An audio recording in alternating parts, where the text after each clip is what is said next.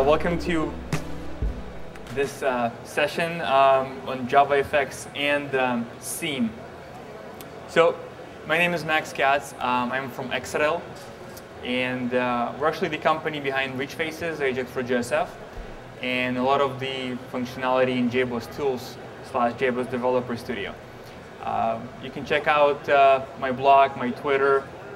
I also have a book on ReachFaces called Practical ReachFaces, and you can actually purchase it here with 20% discount at the bookstore. And also co-author the ReachFaces ref card. I have a few copies, so if you guys want, I will give you one.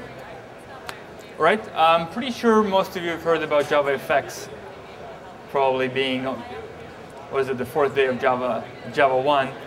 I look at JavaFX as basically, the applets, but everything is done correctly now.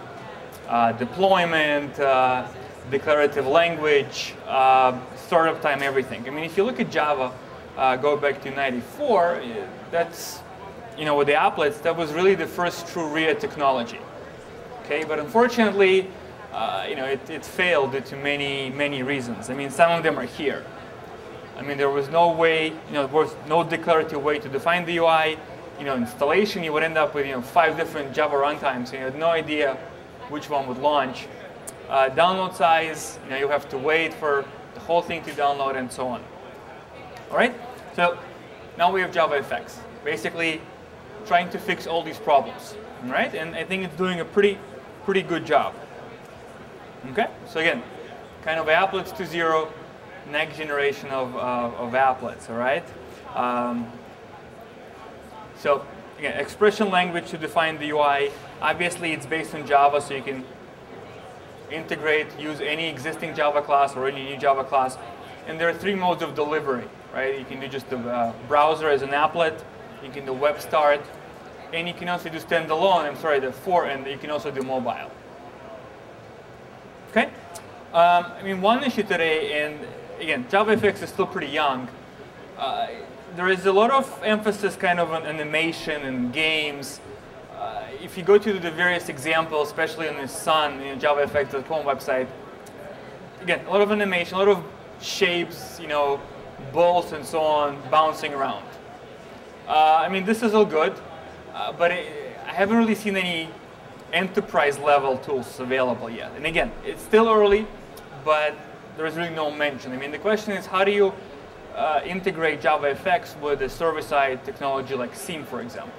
I mean, there is nothing available today. Now, obviously, you can start writing your own classes, work with HTTP classes in JavaFX and so on, and write some kind of a own communication. You can do that. I mean, the question is if you want to. The good thing is that in release 1.2, was just released this week, JavaFX now has some form-based controls. And of course, enterprise applications usually, of course not always, are based on, they're form-based, right? So that's definitely a good step forward, right? So again, the challenges or the question is, how do you build JavaFX enterprise applications? We're not doing gaming anymore or shapes and so on. With Seam, for example, Spring, and also the JSR 299, right, which was inspired by Seam. Okay, so the solution is to use Flamingo. All right, so Flamingo is a product that Exadel developed, and it's actually been available for about a year, since about last Java 1. Okay, it's basically a glue to connect JavaFX with Spring or Seam. Right, and there's actually also a Flex side. You can basically also build Flex applications and connect them to the same backend technologies, Spring and Seam. All right, but of course the emphasis here would be JavaFX today.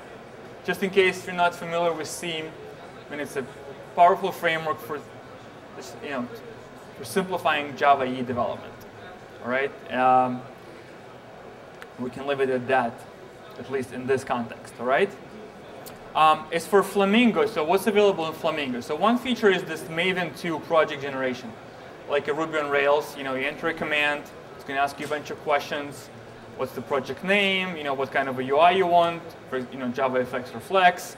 What kind of deployment, ER or WAR file, and so on. I mean, I'm sure you've seen examples. And then it's going to generate a project for you, which you can deploy. Right? It's kind of a CRUD application. All right, so that's one feature. Next is a number of what we call client-side components. So the first component is a validator, right? So you can, if you have a form-based JavaFX interface, you can validate your entity, which is annotated with hibernated validators. All right, so you can do that. Second is the service factory, right? Which means you can basically get a reference or kind of a proxy to any SIEM component, and you'll be able to call methods on it.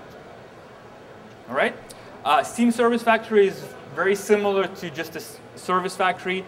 The main difference is that it supports SIEM conversations out of the box. All right, so if you can start a conversation, if you have a wizard, for example, you go through a number of steps, and then you can end the conversation. All right. As for just the conversations in general, the idea of a conversation, right, that's the less than request, I'm sorry, more than request but less than session, is very, very helpful in a traditional web application because the browser can't really store anything. When you're building an application with JavaFX, in some cases it's not as important anymore, simply because you can store the state on the client, right? You know, you can do it with JavaFX. Now, again, it's not to say that you don't need it, so that's why you have it. But it really depends on what you're building. And second is there is this binding. So you can actually bind directly to a variable or a component inside a SIEM context. Okay? You get the object on the client, you do whatever you want with the object, you make changes, and you commute it back. So the new object or the change object will be basically copied over the one that's currently in a SIEM context. All right? So really two things. I mean, you can call any methods, and plus you can use this binding idea. All right? So I'm going to show you a couple of examples, and what I'm going to use is a plugin that we released this week. It's a plugin for Eclipse for building and deploying JavaFX applications. Right? So a bunch of features, you know, create project, create JavaFX script, and so on. You can deploy. So this, you guys are aware what I will be using. But the product is free. You can download it, try it. Right?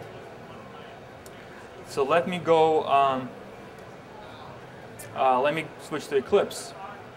Right? So a simple hello world. I mean, this is entirely on the client. Right? So let's see how we can actually make a call to the server. Okay? And we're going to send the name to the server, and the server can say something plus name. Right? Now the server side looks like